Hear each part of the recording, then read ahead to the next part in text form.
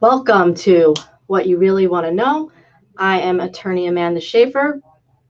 Today we're going to talk about the breaking news issued by the Federal District Court in Texas, which has put a temporary restraining order or a pause on the 100-day deportation freeze that was announced last week.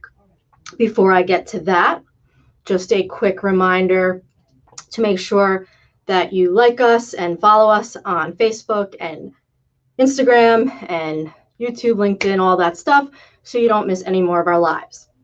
So what we're talking about today, if you saw, I did a video, 2 days ago, about a lot of the changes that the Biden administration has already announced. One of those changes was a 100-day deportation freeze. I also posted something about this, I think it was last week when it was first announced, about what that means, what this memo says. And we were very hopeful for it because it was pretty comprehensive in that it was broad and it ordered a review basically of everyone who right now has an outstanding order of removal, which is like 25,000 people, and they're currently in the US. It ordered a review of enforcement priorities and some other stuff. So that was an exciting thing to talk about, and hopeful that we get some good immigration reform. Now, I will explain exactly what happened with the court, so there's no confusion, but hope is not lost. This is only a 14-day temporary restraining order, a TRO, and the pause is put in place basically because the court, I'll get to what you have to prove to show that in a second.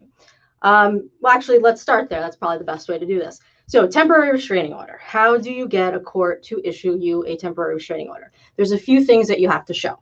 You have to show, number one, likelihood of success on the merits of your claim. So you can say there's 5 reasons the court should block an order from going into effect. Only one of them, the court has to say, there's a good chance you're going to win. So in this case, there were 2 reasons, which we'll get to in a second. Second, you have to show that there is a substantial threat of irreparable harm if the judge does not issue the temporary restraining order. So basically, they're saying we should continue the status quo, so continue removing people from the United States while the challenge is heard in the court. And then you also have to show that any of these injuries that may occur are going to outweigh the harm to the defendants. And also that a temporary restraining order would not undermine a public interest. So in a nutshell, that's how you get a temporary restraining order. You prove those 3 elements. In this case, the judge only issued the temporary restraining order for 14 days and did say in a couple of places in the order that, look, we've only had an expedited review so far of what's going on. We're not going to make an indefinite injunction. Parties need time to brief and present their evidence. So they had some arguments, they presented some evidence just on the temporary restraining order. So very, very low standard of proof compared to what they ultimately need to prove for the court to grant the relief requested. In this case, the judge said that the state of Texas, who was the plaintiff who brought the suit, they brought 5 separate claims on why this was an illegal action by the Biden administration. The court said there are 2 claims that they're likely to succeed on.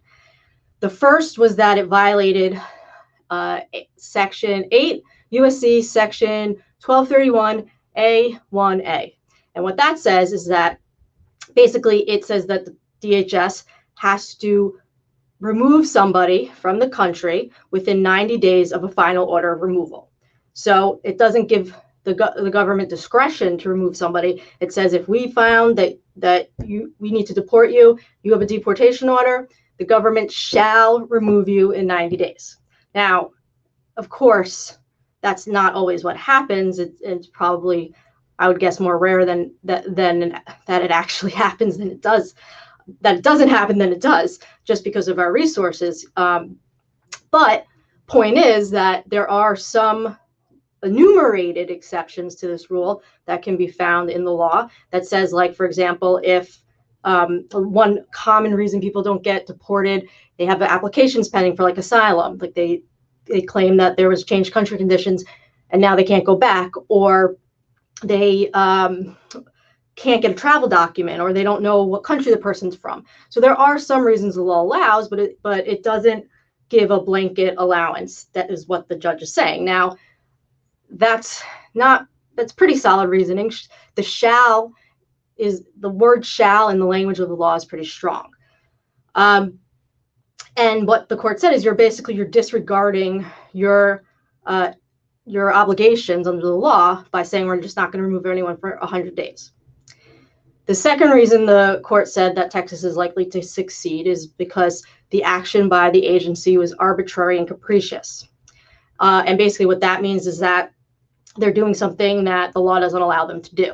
So Texas is saying, listen, you didn't even consider a more limited policy. Department of Homeland Security said, yes, we did. It's only 100 days. It's not an indefinite period of time. B, we made exceptions for certain classes of people like national security threats, public safety, things like that. And what was the other thing?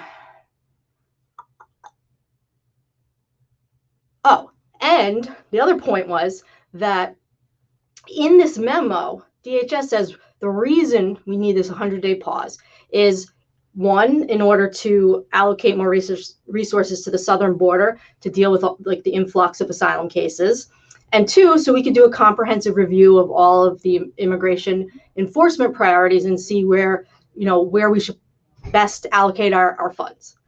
And the Texas court said, well, that's great, but you didn't explain why or how this 100-day deportation freeze will accomplish these goals. So the Texas court at this point wasn't buying that reasoning.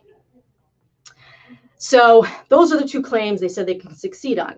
In terms of irreparable harm, the state of Texas showed basically financial harm. They were like, look, anyone who's still in this country that's not removed, we have social services costs, healthcare, education costs that we're not going to get back. And also the memo that has been blocked, or the part of the memo that has been blocked, I misspoke. The memo that we're talking about, this part hasn't been blocked. And I'll get to what has and hasn't in a second. But the memo also looks at alternatives to removal. So they're ordering a review of all orders of removal of people that are still in the U.S. And they're saying, well, we might find that alternatives to removal are better because of our resources. So we may reopen cases. We may grant like a temporary deferral from removal. In other words, that they're going to hold off removing you for a period of time. And Texas is saying that's great, but that means more people are out of detention. And that means more people we have to deal with and cost us more money. And then Texas also said, well, you're also encouraging people to enter the country illegally, and we're a border state. So the judge agreed with Texas in that regard. Then the last part of it was that they had to show it outweighed the harm that it would possibly do to the defendants. And this wasn't that difficult, just because, generally speaking, the status quo, what was going on before, if that remains the same, isn't going to be harmful or as harmful. So in this case, they're not changing the policy of you already have an order of removal, we're allowed to deport you, period. So in a nutshell, that's what this decision said. What it doesn't affect. Now, this is kind of what the most important part is. Now, before I get to what it doesn't affect, keep in mind that this is a very preliminary stage of litigation. And what I mean is that this temporary restraining order, as I said, only has effect for 14 days. And it's only has effect for 14 days because it's allowing the parties to kind of make their arguments, write their briefs, get their evidence to back them up. So it's possible after the 14 days, it can be extended. It's possible it could be just not blocked, period, while litigation continues. We don't know. We have to keep our eye on this. So that is obviously first and foremost in people's minds. But now, what does not affect? Because if you were watching the other day when I did the live on Biden administration changes to immigration policies, I talked about how it's not just that it stayed deportations for 100 days. It also said who we're gonna go back to Obama era enforcement priorities and only not target everybody, but target criminals and national security concerns, public safety concerns, terrorists, things like that. And it also ordered a comprehensive review. And the biggest question I've been getting from people who have family members detained right now by immigration is who have orders of removal, if they're going to not deport people for 100 days, well, then what do we do with the people who are currently detained? Are they going to sit in jail for 100 days waiting for who knows what? Are they going to be released automatically? Are they going to have to apply for a bond? That was up in the air. And what the memo says is that on February 1st, there's going to be interim guidance released that's supposed to address some of these issues and look at alternatives to removals, which essentially we think means that they're going to talk about what's going to happen for the people currently detained who they're not removing. Now, it doesn't affect that. The judge actually specifically says there's no reason DHS can't comply with certain parts of the memo still. There was like A, B, C, and D. So 4 parts to the memo, it only blocked 1, and that was the 100-day freeze on deportations. It doesn't block the discretion of whether to issue, serve, or file or cancel a notice to appear in immigration court, basically who to start deportation proceedings against.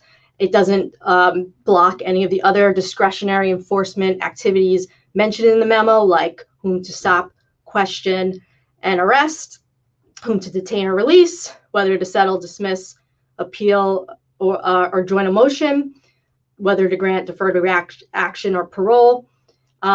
That February 1st interim guidance, that written guidance should still be complied with. And then in 100 days, there's supposed to be a department-wide review of policies and procedures containing immigration enforcement.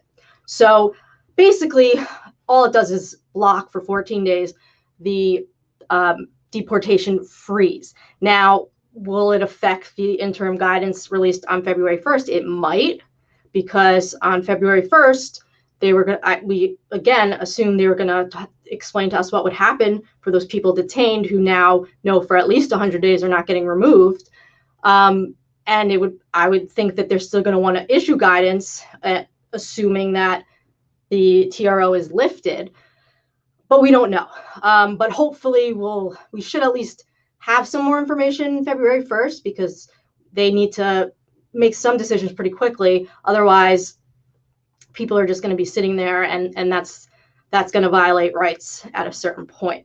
So to sum up, really what happened here is that for 14 days, there's a court in Texas that has nationwide has blocked this 100-day freeze on deportation. In 14 days, the block of the block can be extended. It might go away. We don't know. Technically speaking, I believe, even though it's a temporary restraining order, the Department of Homeland Security can appeal it. I don't know if they will appeal the 14-day TRO, but whether they appeal it or not, the case will continue to go forward, and it is possible the TRO will be extended and that this freeze on deportations might not happen. But everything else in terms of the civil enforcement priorities of DHS, that guidance should come out, and those changes will be made. And it's, if you remember 4 years ago when President Trump signed a bunch of executive orders, a lot of people brought lawsuits right away, and there was a lot of things blocked right away. So this isn't a political thing. This is what happens. It's about what the law says. Now, I would love there to be a 100-day freeze on deportations for my clients and potential clients, and for people out there that I know who, if they were able to get their cases reopened, we could actually help them. And I was very excited to see what comes out. But legally speaking, I'm not sure. I kind of agree with the Texas court, barring further review of the topic. But essentially, the reason is because of that very specific language in the law that DHS shall remove somebody within 90 days. And there are enumerated exceptions in the law for that. And a blanket freeze is not one of those exceptions. And I think that just like the last president's administration needed to do a better job with explaining why he was making these executive orders on immigration, I don't think the Biden administration did a great job explaining the reasoning behind. But again, they wanted to get it out there, and that's what happened. So I do expect them to be able to explain it much better. And if anything, they can put out a new executive order, just like the Trump administration had done with the travel or Muslim ban. So yeah, that's pretty much it for now. If you have any questions, feel free to reach out to me. Don't forget to like us and follow us on the Facebook and Twitter. We have one question before we go. So no more 100-day freeze. No, it's not so it's a 14-day hold. I'll use the word hold. A 14-day hold on the 100-day freeze. So the 100-day freeze was supposed to take effect. Now it can't take effect for at least 14 days. After the 14 days, we don't know yet if the court is going to extend the TRO or not. If they can extend it, but it's not that it's a 14-day freeze. It's a 14-day freeze of the freeze. Hope that makes sense. So let's say the freeze was going to start today, 100 days. Instead, the earliest date it can start is 14 days from now. And then again, it's not 100% that it's going to start in 14 days because it can get extended, but that's the earliest at this point. So I hope, Sevis, that I answered your question.